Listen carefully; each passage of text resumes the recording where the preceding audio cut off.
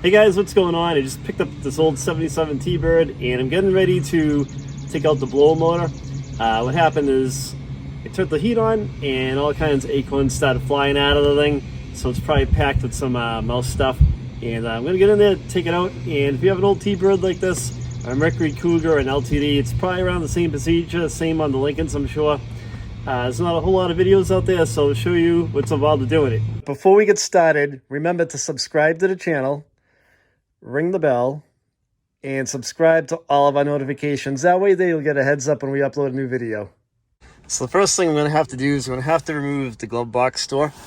And under here, there are 3 screws. There's 1, 2, 3. So I'm going to remove those 3 Phillips screws and I'm going to drop the glove box door down.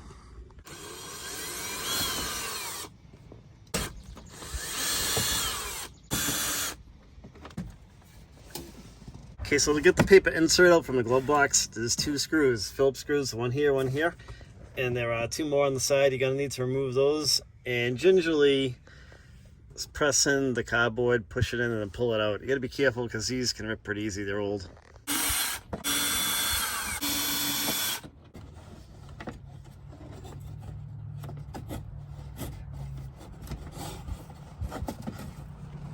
So I'm up and under the dash. Here's a blow motor assembly right here. And there's a support bracket right there. There's a nut on the top of that I'm going to have to take off. And then there's another screw right there that I've got to take out. And let me focus on it right there. And there's one outside too on the firewall.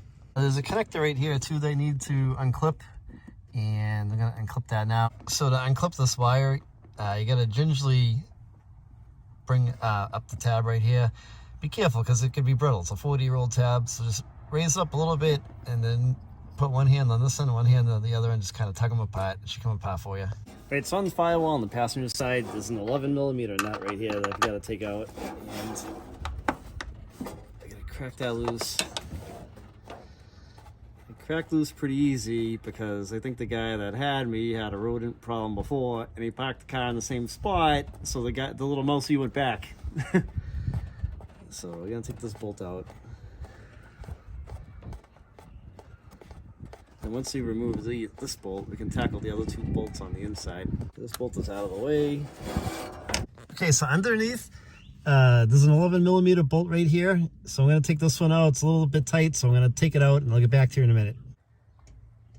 So I have my ratchet set up with the 10mm socket, and I'm gonna go after the 10mm bolt up in here.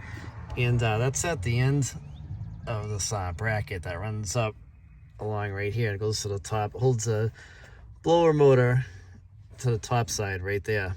Right, so my assembly is free, so I've got to get in here and kind of worm it out. Freeing up the assembly, this bracket right here. Let's see if I can get in there. This bracket right here kind of gets hung up on the top part right there, so you got to kind of push it and pull it and rotate it around, and this whole assembly is going to come out. Looks like I've got all kinds of stuff caught in there from a mouse. All right, let me get this out of here. I'll show you what it looks like when I pull it down. All right, so here's what I've got. All this mouse freaking nesting in here. And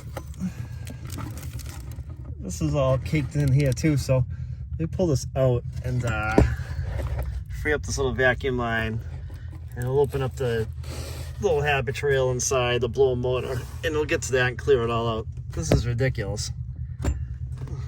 Okay, so it looks like there's a ground strap going from the blower motor to behind the kick panel down here. So I'm gonna remove the kick panel, so I'm gonna have to undo this Phillips right here, and then there's a Phillips right here. I'll undo those and I should be able to slide the kick panel out, and there's one right there as well.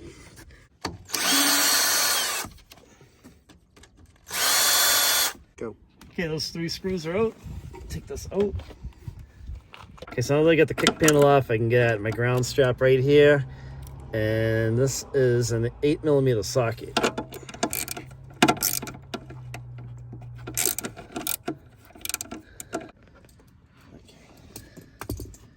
That is out. And let's get this on the ground.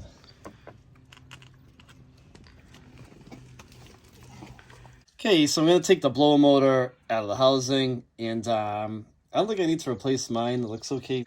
Okay, so I'm gonna take the blow motor out of the housing, and if you need to change it, this is how you take it out.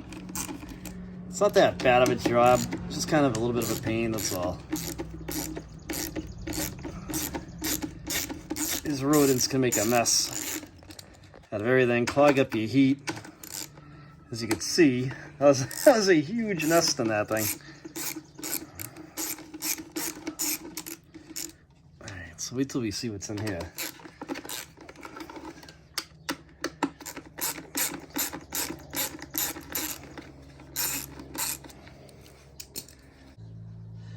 Okay, so we're going to kind of be careful here, prying this thing out.